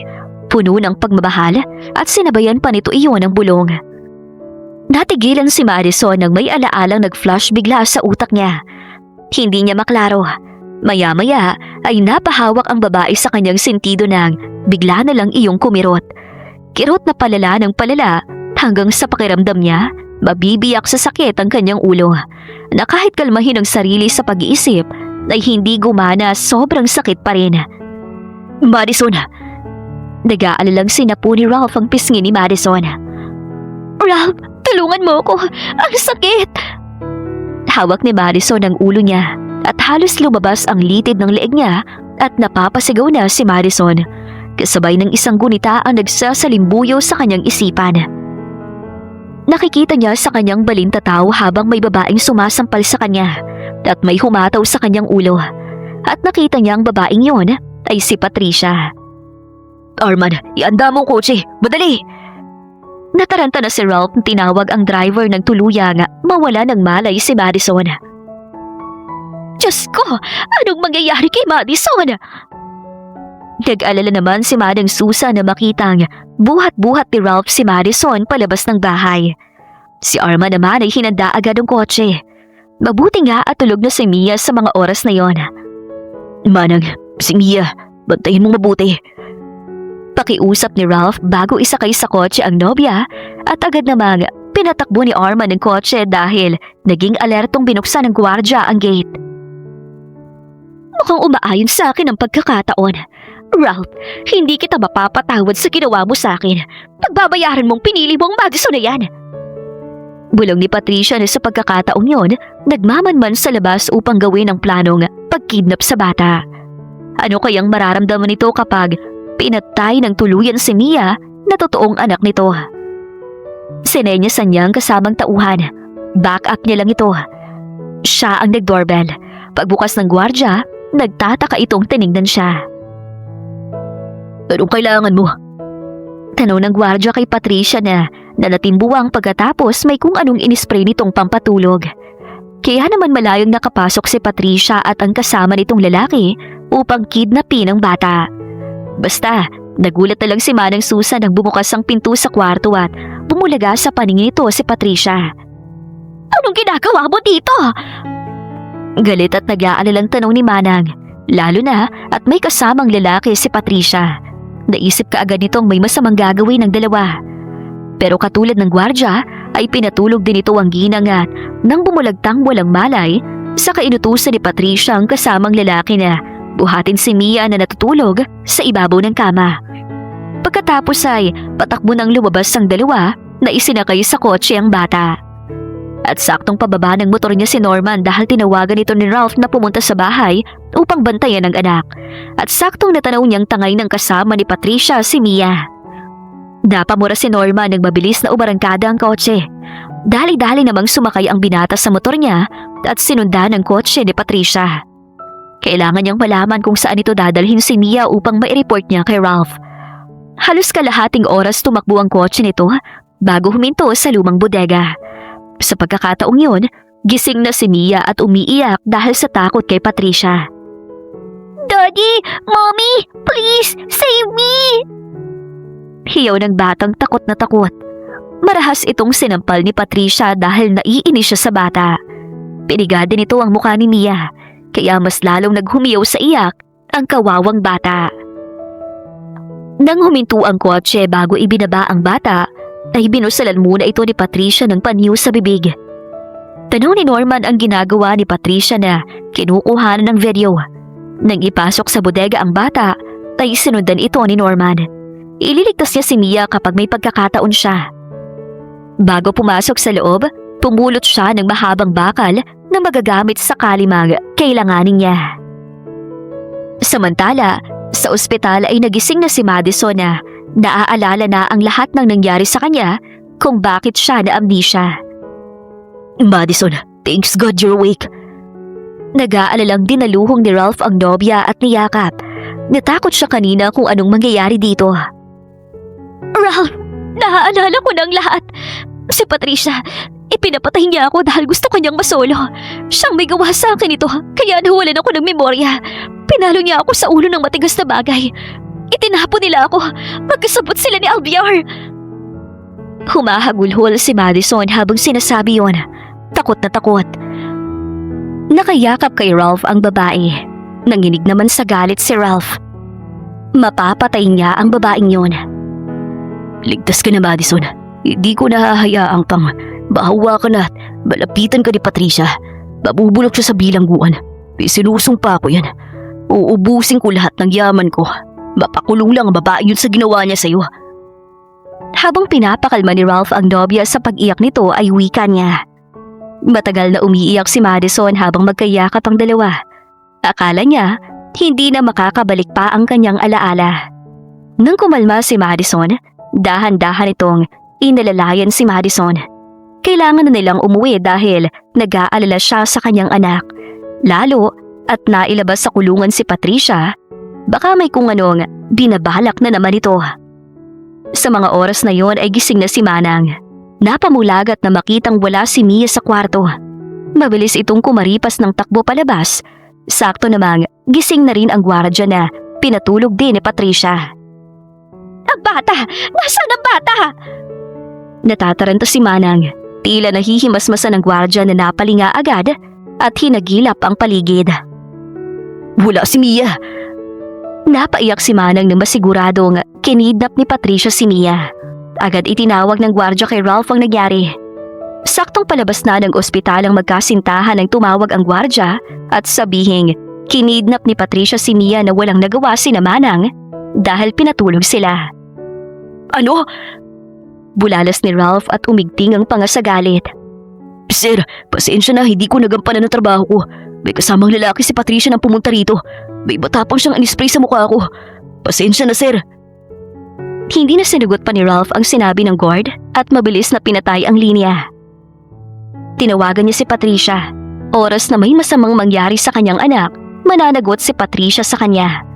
Nang mag-ring naman ang cellphone ni Patricia at makitang si Ralph ang tumatawag, ay napangiti ito. Hi, hon! Naglalambing ang boses ni Patricia. Patricia, sabihin mo kung ano gusto mo. Huwag mo lang sasaktan ang anak ko. Nakikiusap si Ralph. Ikaw lang ang gusto ko, Ralph. Wala nang iba. Pero anong ginawa mo? Sinaktan mo ako. Wala kang ibang gustong gawin kundi baliwalain ako. Pwes, gusto ko ring maramdaman mo ang sakit na nararamdaman ko ngayon. Alam mo ba si Mia ang anak niyo ni Madison? Ako lang naman ang kumuha sa bata. Sayang lang at hindi niyo na siya makikita pa. Saad nito sa kabilang linya na malakas na tumawa na parang nababaliw. Naikuyong ni Ralph ang kamao sa narinig. Napatingin ito kay Madison na nag-aantay ng sasabihin niya. Pero ayaw niyang mag-alala si Madison. Sinuliapan niya si Arman. Iatid mo sa bahay si Madison. Kung pwede, wag mo siyang iiwan. Utos ni Ralph sa driver. Ralph, may masama bang nangyari kay Mia? Nasaan siya? Nag-aalalang tanong ni Madison. Hinarap ito ni Ralph at hinawakan sa kamay. May pupuntahan lang ako. Sumama ka na kay Arman. Magkita tayo sa bahay. Hinagka ni Ralph sa labi si Madison bago pinasakay ng kotse. Kinukutuban si Madison. Nahahalata niya sa kilos ni Ralph na may kung anong hindi nito sinabi sa kanya. Nang makaalis ang kotse, tinawagan agad ni Ralph si Norman. Oras na may masamang mangyari sa kanyang anak, humanda si Patricia sa kanya. Kaya pala ganoon na lang ang nararamdaman niya para sa bata dahil anak nila ito ni Madison. Mia, anak, ililigtas ka ni Daddy. Pangako yan. Bulong ni Ralph. Sir!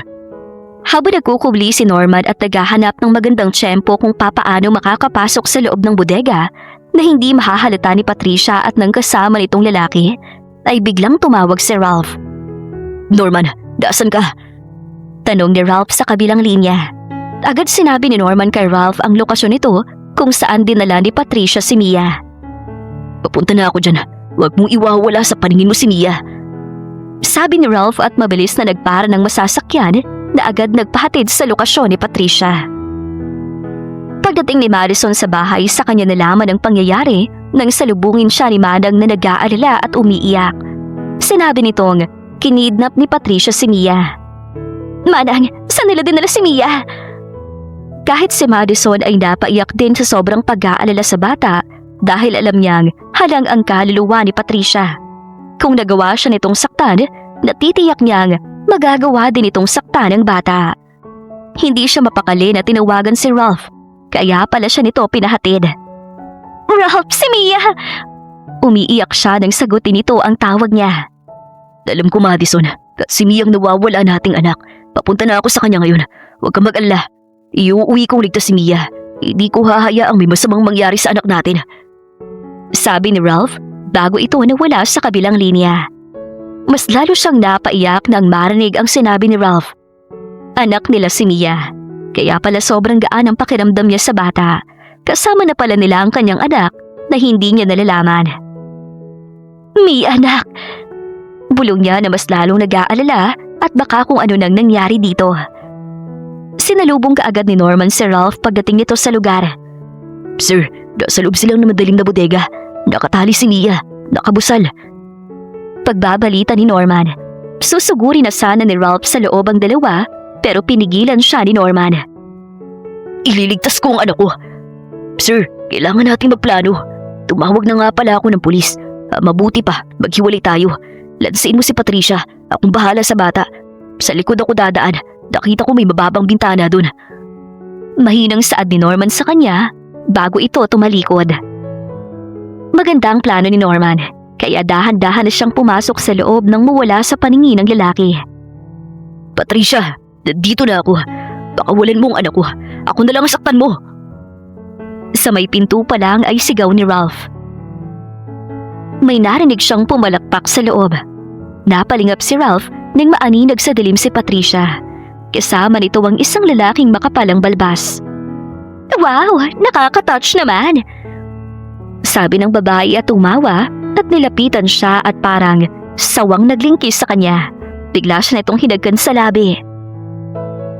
And now, gawin mo lahat ng ipapagawa ko kung ayaw mong saktan ko si Mia. Kiss me, Ralph. Make me happy. Even for tonight. Muli siya nitong hinagkan sa labi. Wala siyang kaimik-imik. Gusto niya itong itulak pero hindi niya magawa. Hihintayin niya si Norma na makuha si Mia. Nasaan ang anak ko? Sabihin mo muna sa akin bago ko gawin ang gusto mo. Wika niya. Ngumisi ito bago sinenyasan ng kasamang lalaki na kunin si Mia. Kumilos ito at dinala sa kanyang harapan ng bata. Mia, anak! Halos madurog ang puso niya na makita ang ayos ng kanyang anak. May pasa sa braso, may dugo sa noo, nakabusal at nakatali ang mga kamay. Pakawalan mo muna ang anak ko, Patricia! Nanilisik ang mga mata niya sa galit dahil nasiguro niyang sinaktan nito ang kanyang anak. Hindi niya mapapatawad ang babae. Inirapan siya nito.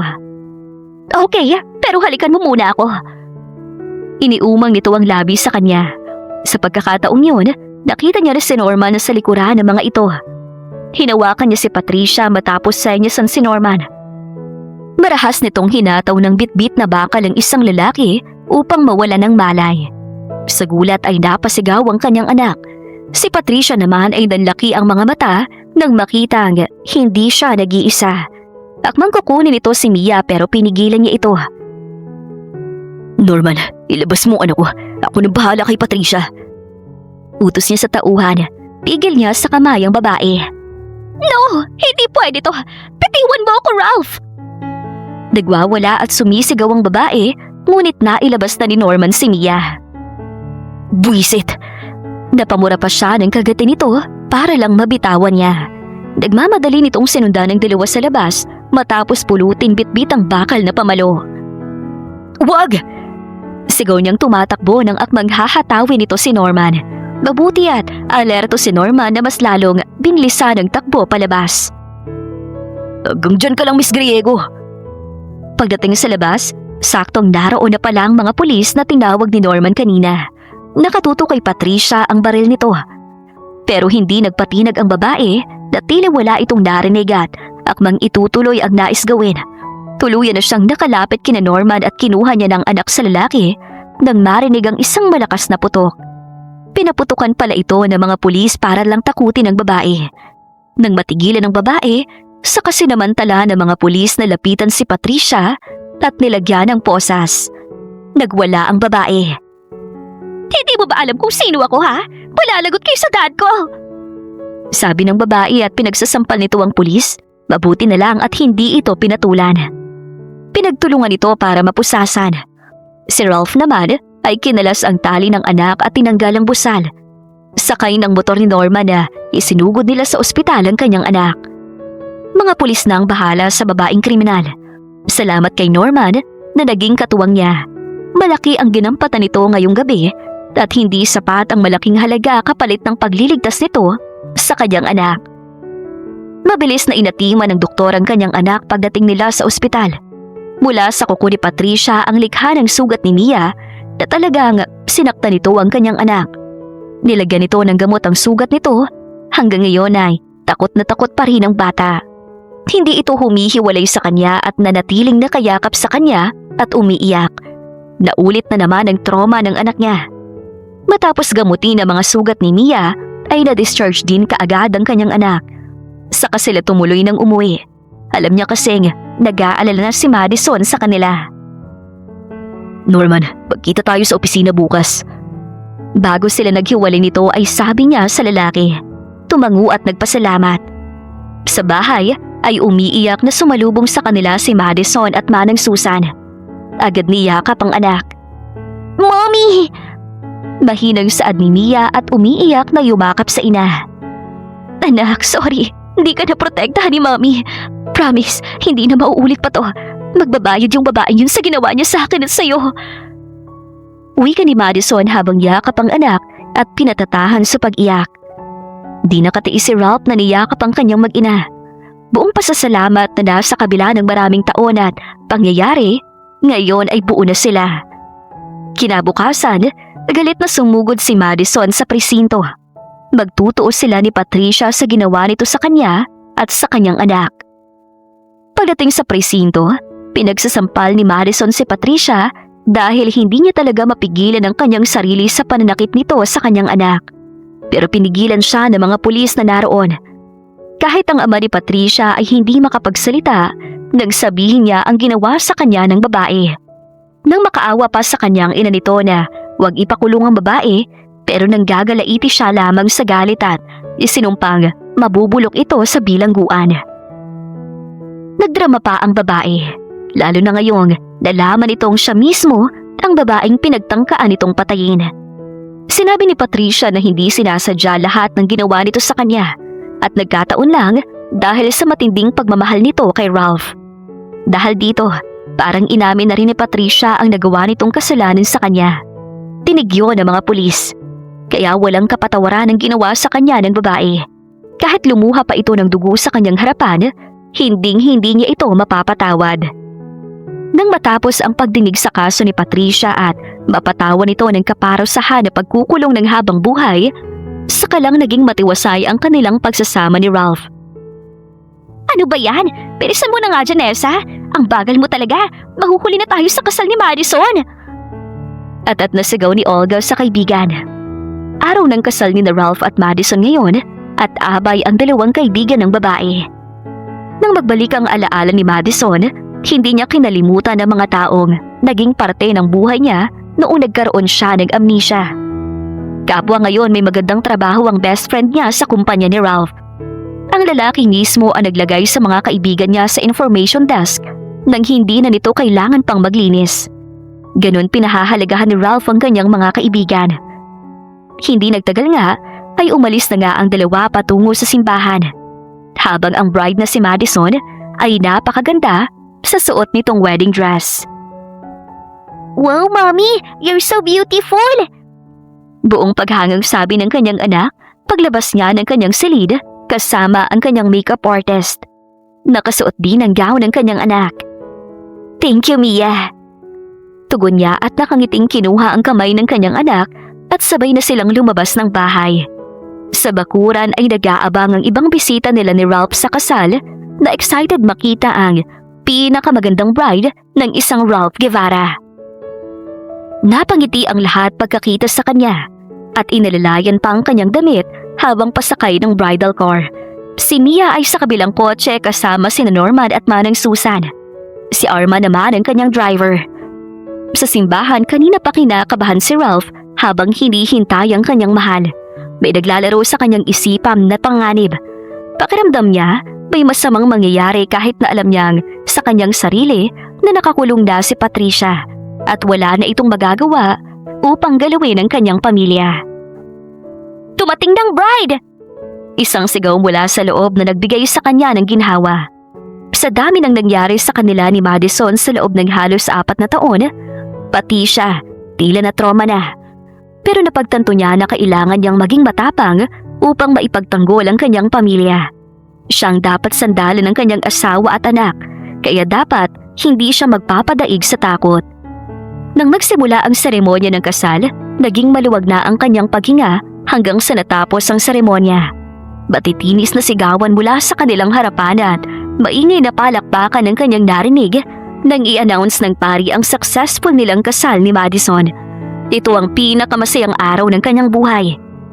Nang sumunod na sandali, yakap at hinahagan niya na ang babaeng una at huli niyang mamahalin.